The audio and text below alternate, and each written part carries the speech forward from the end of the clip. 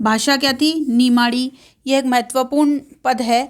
और इनके जो गुरु थे वो थे ब्रह्मगिरी महाराज के शिष्य मनरंगीर। मनरंगीर ब्रह्मगिरी महाराज हुए थे उस समय। उनके शिष्य जो थे मनरंगीर, वो इनके प्रमुख गुरु थे। इन्होंने पद लिखे और पद संत सिंगा के पद के नाम से संकलित हुए। किसने संकलित किए ये नहीं मालूम है, लेकिन संत सिंगा के पद के इन्होंने ये संग्रहित हुए। अगले संत हमारे आते हैं लालदास। लालदास अलवर के धौली दूब या धौली धूप गांव के रहने वाले थे। जाति के मेव थे। इन्होंने लालादासी संप्रदाय चलाया। लालदासी संप्रदाय चलाया। इनका जो समाधि स्थल है वह नगला भरतपुर में है। नगला भरतपुर में है। और इनका जो ग्रंथ हमें प्राप्त होता है, अलवर के महत्वपूर्ण संत हैं, पूर्वी राजस्थान के महत्वपूर्ण संत हैं, और इनका जो ग्रंथ हमें प्राप्त होता है वो होता है लालदास री चेतावनियाँ।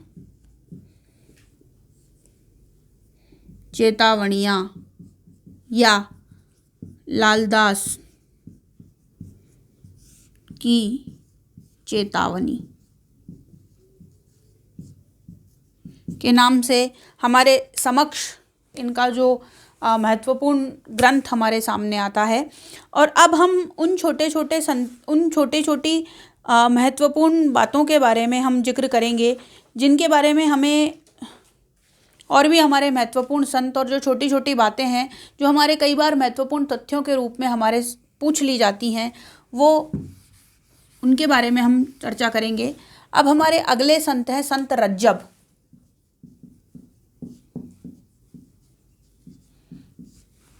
संत रज्जब के विषय में एक महत्वपूर्ण बात बता दूं कि संत रज्जब जब दीक्षित नहीं हुए थे, जाति के मुसलमान थे। पहला इनका जो पूर्व नाम था वो रज्जब अली खां था, और ये शादी करने के लिए जा रहे थे। घोड़े पर बैठे बैठे ही, दूल्हे के वेश में थे, घोड़े पर बैठे बैठे ही इनको दादू दयाल जी की बातें याद आई। इनको आध्यात्मिक चेतना का भान हुआ और ये जाकर के दादू दयाल के शिष्य बन गए। तो आजीवन दूल्हे के वेश में, कई बार प्रश्न पूछा जाता है कि आजीवन दूल्हे के वेश में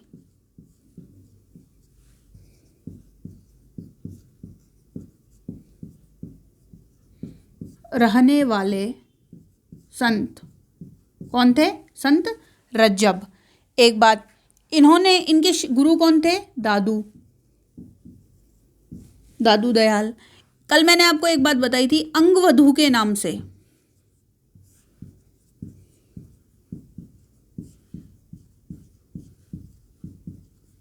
दादू की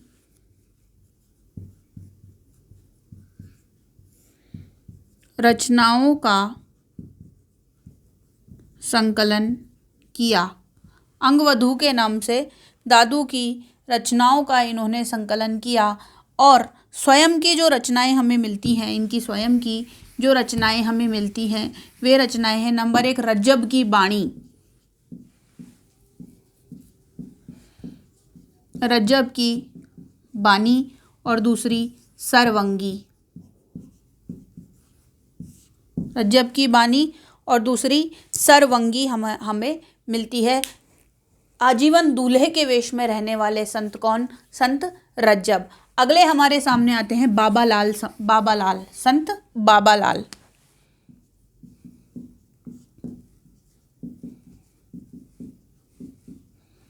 कुसूर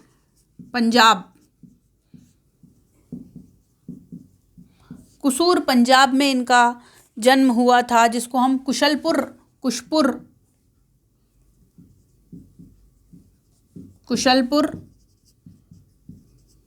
कुशपुर भी कहते हैं। और इन्होंने जो संप्रदाय चलाया वो संप्रदाय था बाबा लाली, बाबा लाल से बना बाबा लाली संप्रदाय। कौन सा संप्रदाय? बाबा लाली संप्रदाय। ये माना जाता है कि संत बाबा लाल का शहजादा दारा शिकोह के साथ धार्मिक वार्तालाप हुआ था। उन्होंने शहजादा दारा शिकोह को अपनी जो धर्म सम्मत शिक्षाएं दीक्षाएं दी थी, और ये चेतन बाबा या चैतन्य महाप्रभु या चैतन गुरु किसे दीक्षित थे। इनके गुरु कौन थे? चेतन बाबा या चेतन गुरु, चैतन्य गुरु, जिसे हम कहते हैं चैतन्य महाप्रभु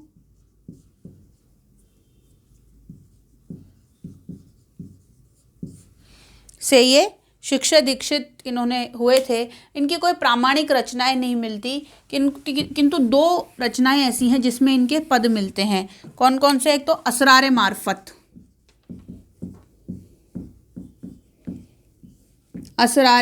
मार्फत, जिसमें इन्होंने जो दारा शिकोह से जो धार्मिक वार्तालाप था उसका वर्णन है।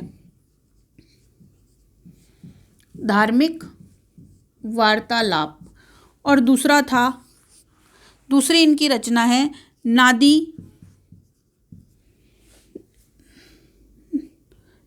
सन्नेकात या नादी सन्नेकात, जिसमें इनके विचारों का संकलन है।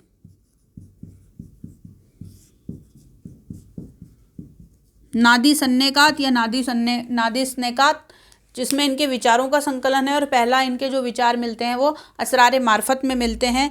इनके कोई महत्वपूर्ण